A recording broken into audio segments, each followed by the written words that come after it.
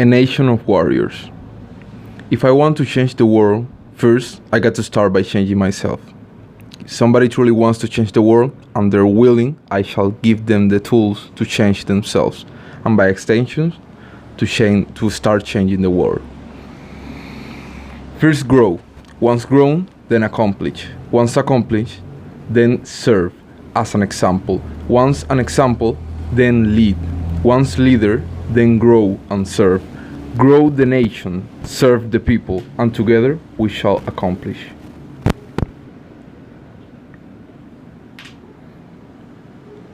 An easy life. I do not need an easy life. I do not want an easy life. I am a disciple of strength and power. And strength and power cannot be created under soft conditions. Raw metal can only be shaped into a blade through extremely harsh conditions of heat and pressure. I shall live under pressure deliberately to overcome the hardness of life. I am an undeniable force. The common problem. The problem is not the problem. The problem is how you react to the problem. The difference between you and someone happy, fulfilled, or efficient is not the lack of problems in his life. The difference is the degree of effectiveness on his reactions to his problems. You need to stop reacting inefficiently to your problems and strategize to start reacting effectively and efficiently. Run a mental drill of the most painful and somewhat common things that happen and can happen in your life. Your girlfriend leaving you, your parents dying, your financial ruin, you lose your job. Now start picturing as vividly the scenario, and instead of reacting in fear or feeling bad about it, accept the situation and don't let it define you or provoke a conditioned and unconscious reaction. Instead, think, how would you want to react to such a situation?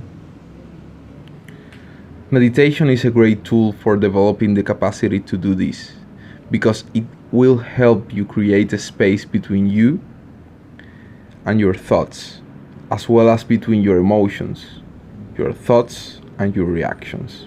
Maybe you want to react calmly to the situation. Maybe you understand that if a girl leaves you, the worst thing you could do is have a breakdown or beg her to stay.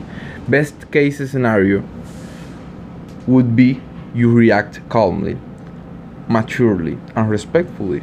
Say goodbye for good to this girl. Never speak to her again, or even answer any of her texts or calls. In case she does calls or texts, and given a time, she'll start believing very firmly she made a terrible mistake, because you are truly a man who respects himself and believes in himself, even if he does not. You keep focused on your journey and your self-improvement, and in 6 months, by reading, working out, working on your business or craft and getting better, and meditating, you'll be so much better than you were when you were with her, that you won't even have the need for her anymore, and you'll be able to get better quality girls by then. Because let's be honest, most girls are losers. They don't read, they don't improve, they don't they don't work out, they don't meditate, they don't excel in arts or creative endeavors, and lately they aren't even feminine, delicate, or caring. But that's reality nowadays. Most men aren't in self-improvement either. Most men aren't working on their business or are extraordinary in any way, but that's exactly what sets you apart. You could be doing anything right now, wasting your time in 1,000 different ways, but you're here consuming educational and self-improvement content, trying to actually get better. Most people won't even try. Most people don't even care or know they can actually improve. But that's just how things are. Reality is that not everyone can be a winner. There's limited space at the top. That's why the pyramid, the greatest symbol of natural hierarchy, is larger in volume at the bottom and minuscule at the zenith.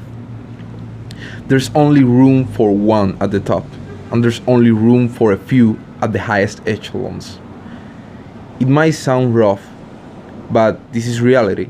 The stupid idea our current society has that hierarchies are somehow a social construct is the most willfully blind statement I've heard in my life. Anywhere you look in nature, there's a hierarchy. How do wolf packs organize themselves? Right, under the leadership of an alpha. How do lions live? I don't even want to go there because it's brutal in so many levels. A lion, or sometimes two lions, whom are blood related, normally brothers, rule over a pride. That's how a lion's group is called, a pride. This lion, this lion king, is the only lion who has sexual access to all the females of the pride. The lionesses hunt for him and bring him food, and he's always the first to eat. Then the lionesses, and last the cubs. The primary role of the Lion King is to defend the pride from any and all intruders and take down the larger prey nobody else can. If a Lion King is defeated by a rival, the rival will kill all his descendants right away. Not a cub left to carry on the lineage of the defeated king. And the new king will reproduce with the females and take his place.